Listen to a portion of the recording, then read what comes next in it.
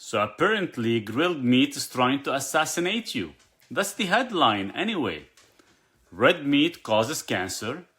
Charred steak equal tumors. Barbecue is the new cigarettes. People hear this, panic, switch to Beyond Meat and feel like they solved cancer. So let's fix this, because the truth is a lot less dramatic and a lot more interesting. Today we're talking about what actually forms when you cook meat, how much of a problem it is, and what you can do if you eat meat every day and don't feel like dying early. This is not a vegan sermon, not a carnivore defense squad video. This is the real biochemistry.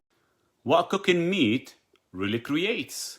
3 compounds matter here. Not protein, not saturated fat, not the existence of meat. The cooking byproducts. 1.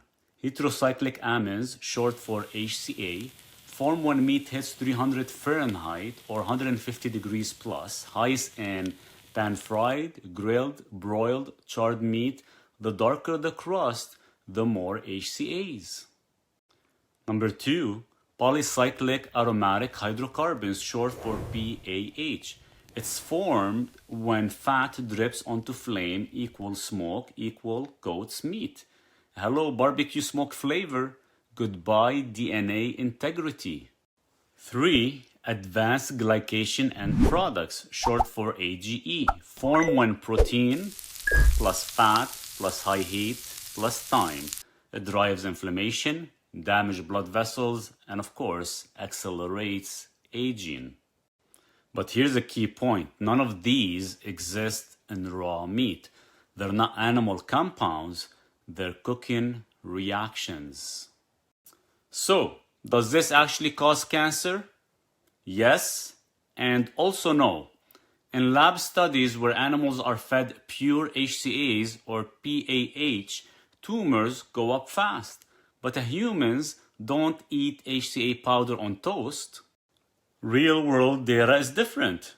People who eat heavily charred meat consistently equal higher colorectal cancer risk.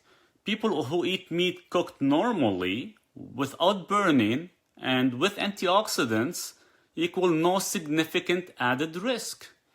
So the takeaway is not meat causes cancer.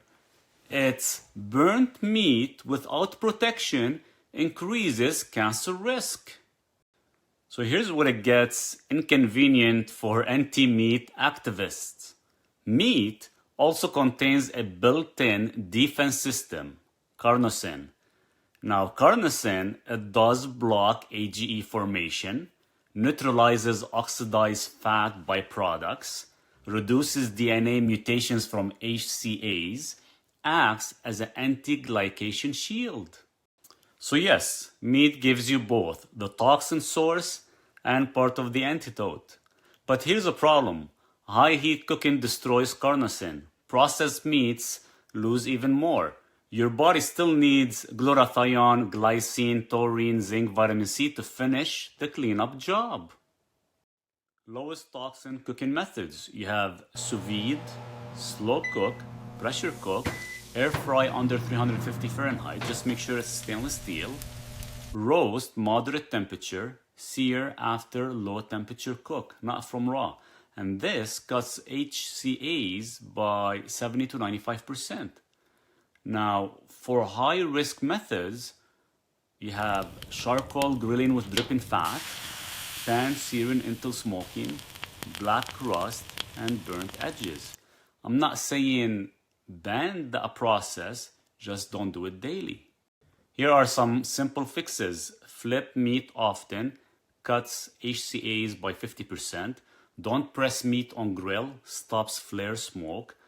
Pre-cook low temperature, finish with fast sear. Marinate in lemon, vinegar, rosemary, garlic. Cuts HCAs 60 to 95%. Support nutrients. Carnosine 1 to 3 grams a day or beta-alanine 3 to 5 grams daily. Glycine plus taurine equal restores glutathione. Vitamin C plus rosemary extracts blocks HCA activation.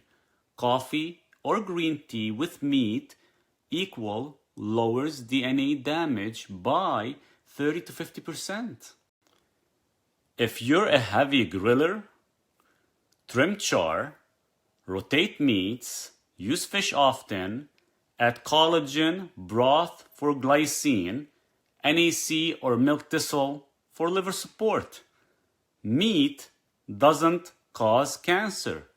Burnt meat plus poor detox capacity does. You don't need to quit steak. You need to stop setting it on fire and calling it dinner. Before you go, drop a comment and share this with someone who needs it.